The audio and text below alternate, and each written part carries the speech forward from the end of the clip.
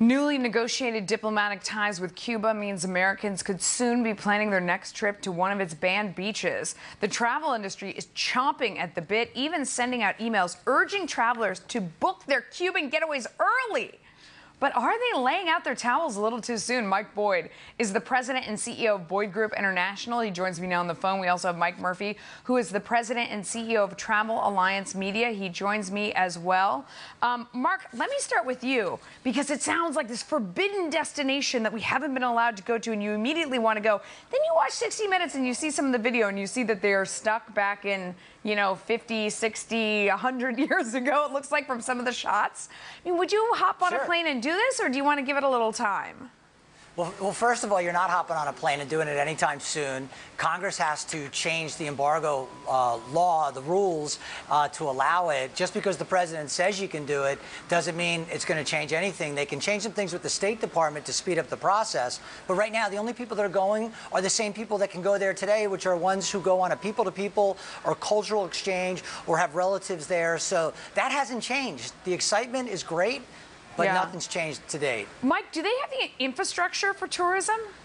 No, they really don't. And the problem is there are more hotel rooms on the Las Vegas Strip than there is in all of Cuba. So you get about 50,000 hotel rooms. And again, they're real free with giving away 4 stars.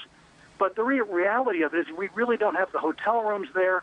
It's not a country, unfortunately, you can go to and travel freely, which you'd really like to. It's a tremendous place. Okay. Until those things change, you're just not going to have a lot of travel.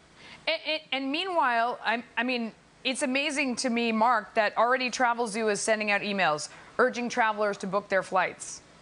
There aren't even flights. Well, no, you can go, but you have to go with certain tour operators on certain packages, and they restrict your movements, just like Mike said. You can't roam freely. You can't right now put dollars out there, so it's very, very controlled. Hey, Beyonce and Jay-Z went there not too long ago.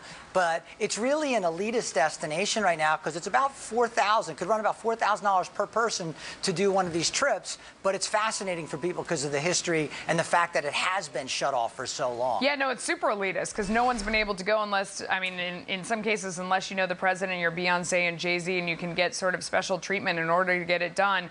Mike, how do you expect this to play out? I mean, how big of a boost to Cuba's economy will travel be, and how long will it take before it's a good idea and easy to go? Well, even if they eliminated restrictions, let airlines fly there today with scheduled service, the problem is you're not going to get a lot more tourist traffic, because typical tourist traffic depends on hotels and infrastructure. What you will get is more visitors going down there, Cuban Americans, to see family. Yeah. And that'd be restricted mostly to South Florida, where 60% of these people live.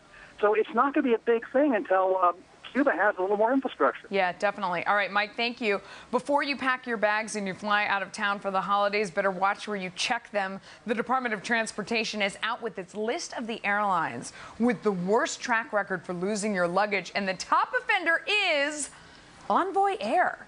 They are formerly American Eagle. These guys lose about 9 bags for every 1,000 passengers. Doesn't inspire a lot of confidence. Mark is back with me. The rest of the list, ExpressJet, SkyWest, then Southwest. It sounds like it's the little teeny guys, so if you're flying cheap, you better go carry on. Well, there's the little guys, but you also see some of the low-cost carriers at the bottom, which is the best of the guys who lose bags. Here's the reality. There's a good chance you're not going to lose your bags when you travel. I discovered this little company called Blue Ribbon Bags, which is kind of neat. It's a brand new service. You can actually pay, I think it's about $5 or $10 per person to protect up to 2 bags. If it's lost for 96 hours, they send you a check for $1,000, separate from what the airline does and everything else. So might want to check those guys out. And that's a way to get some extra protection. Wow. Which, for peace of mind. You caught everyone's attention here in the studio. We all perked up. We were like, what? Now everybody's writing it down. That is very cool. Thank you for that tip. Blue Ribbon Bags. All right, I'm going to check it out. Approaching the last hour of trading, we are watching